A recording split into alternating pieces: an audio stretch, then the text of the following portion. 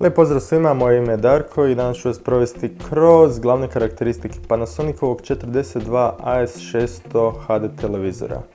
Ovo je smart televizor koji koristi panel velikog kontrasta i vrlo precizne karakteristike slike za odlično iskustvo gledanja filmova i drugih sadržaja. No, više o kvaliteti slike uskoro. Dizajn televizora je klasičan, crnog tankog okvira i srebrnih detalja.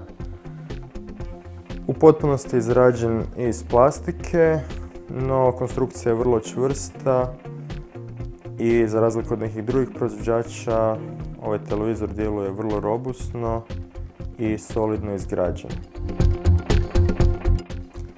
Refleksije ambijentalnog svjetla su prosječne, ovisno o jačini izvora, više ili manje će se vidjeti na ekranu.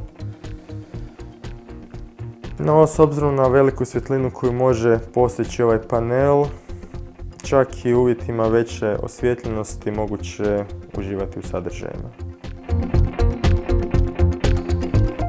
Postolje se vrlo jednostavno montira putem dva metalna adaptera koji se pričvrste vicima i čvrsto drže televizor na podlozi. Televizor ima priključke postavljene u dvije orijentacije, prema pozadini i sa strane.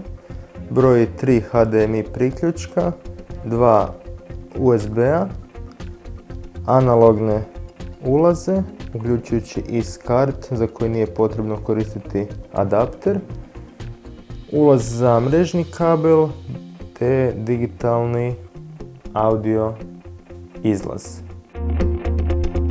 U slučaju da vam se isprazni baterija u daljinskom upravljaču ili u vašem pametnom telefonu ili tabletu, s televizorom možete upravljati putem fizičkih tipaka koji se nalaze na njegovoj poleđini.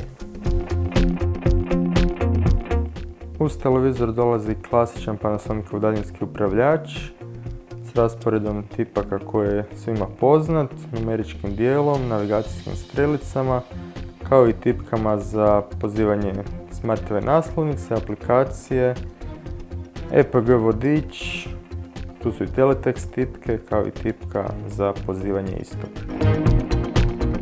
Smart TV platforma se kod AS600 modela bazira na onom istom My Home Screen sučelju koje je Panasonic predstavio prošle godine. Sučelje je jednostavno, pregledno, međutim fali mu brzine izvođenja i bitnih poboljšanja odnosno na prošlu godinu nema. U AS600 je ugrađen dvojezgirni procesor koji nešto ubrzava izvođenje, no ponovno vrijeme da se učitaju pojedine ikone i aplikacije je prisutno.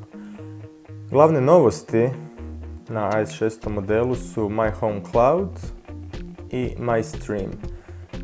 My Stream trenutno prezentira samo klipove s YouTube-a koji su trenutno aktualni i popularni, kao i zadnje fotografije koje ste učitali preko eksternih hard diskova i USB stikova. Izbornik za podešavanje je blago promijenjen u lijevom dijelu gdje su sada manje ikone, tako da je još pregledniji, a sve opcije su na poznatim mjestima i s opisima u donjem dijelu ekrana.